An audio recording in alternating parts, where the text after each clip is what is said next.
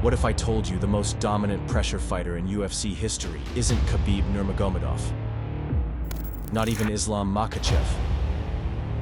What if there's someone out there who's taken that relentless, suffocating style and cranked it up to an even more terrifying level?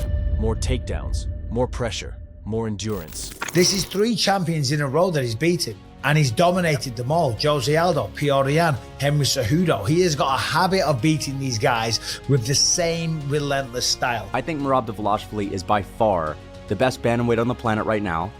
I've never seen anything like this at bantamweight. The cardio is ridiculous. And I said at the start of the year, and I'll reiterate it now, that man will be champion by the end of 2020.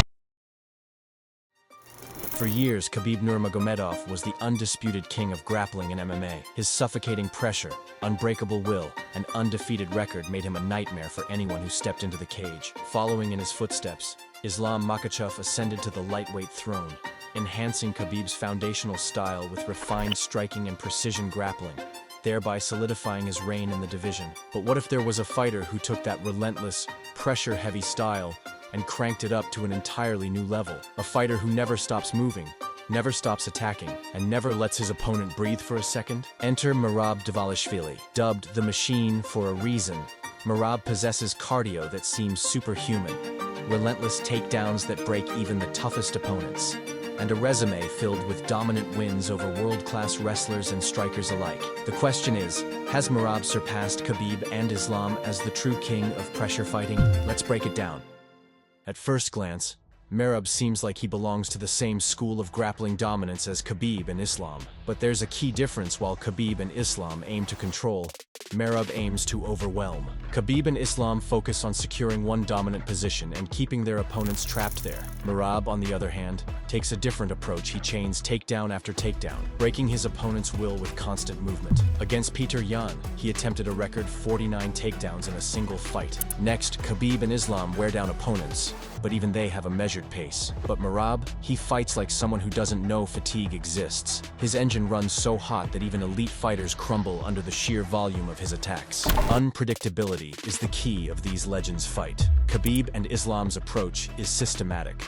They take their time, control wrists, tie up legs, and suffocate opponents. Merab's game is chaos. He creates constant movement, forcing mistakes, and capitalizing on every opening. You might have noticed that Khabib and Islam have largely faced elite strikers with solid takedown defense, while Merab has beaten both strikers and elite wrestlers who were supposed to be able to neutralize his pressure. Does this mean he's faced the better competition? Let's take a look at Khabib and Islam's biggest wins, and predominantly against strikers. Khabib's dominance was undeniable, but his most notable wins were against elite strikers like Conor McGregor, Dustin Poirier, and Justin Gaethje.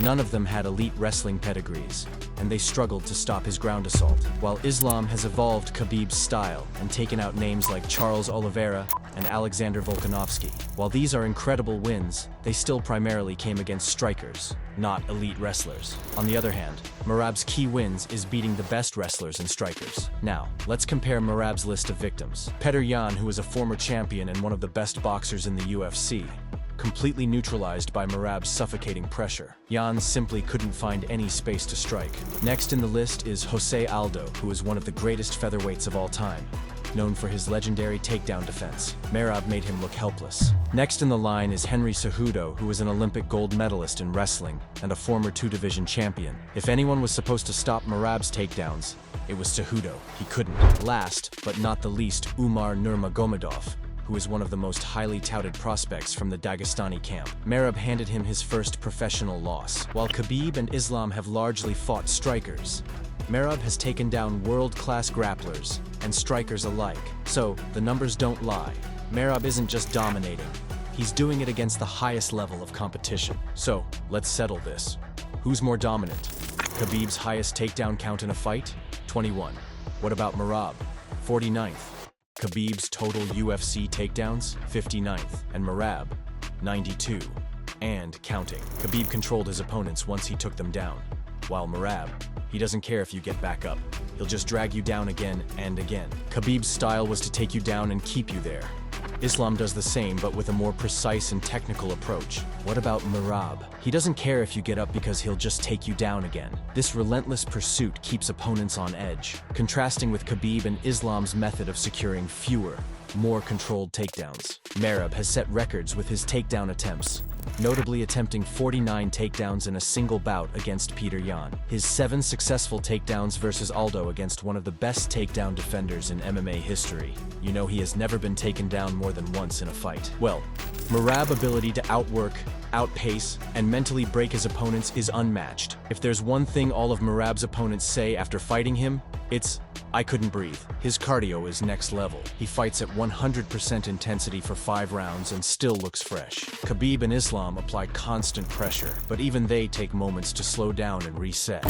For Merab, there's no reset button. It's the ultimate what-if scenario. Could Merab's relentless pace outwork the calculated dominance of Khabib or Islam? Islam and Khabib have dominated strikers, but how would they handle someone who doesn't just defend takedowns, but forces them to defend? Merab's defensive wrestling is elite. If Khabib or Islam failed on their first takedown attempt, would they be able to keep up with his pace? We've never seen Khabib or Islam genuinely exhausted, but that's because they've never fought someone who attacks like Merab. Could they keep up? Could they avoid being outworked for 5 straight rounds? It's an interesting question, and one that makes this debate so fascinating. While Khabib has the undefeated legacy and Islam reigns over the lightweight division, Merab's accomplishments are equally, if not more, impressive. He's dominating elite wrestlers and strikers. He's setting records for takedown attempts and pressure. He's making world-class fighters look helpless. If dominance is measured by who breaks their opponents faster and more decisively, then Merab may already be ahead. Merab represents the next evolution of MMA dominance. He's proving that relentless pressure and unmatched cardio can neutralize even the most skilled fighters. With his insane work rate, unstoppable takedowns, and ability to break elite opponents, he might just be the blueprint for the future of the sport. The question now isn't just whether he's surpassed Khabib or Islam, it's whether anyone in the UFC can stop him. Is Merab Dvalishvili the evolution of Khabib's style? Has he taken pressure fighting to a new, terrifying level? You decide.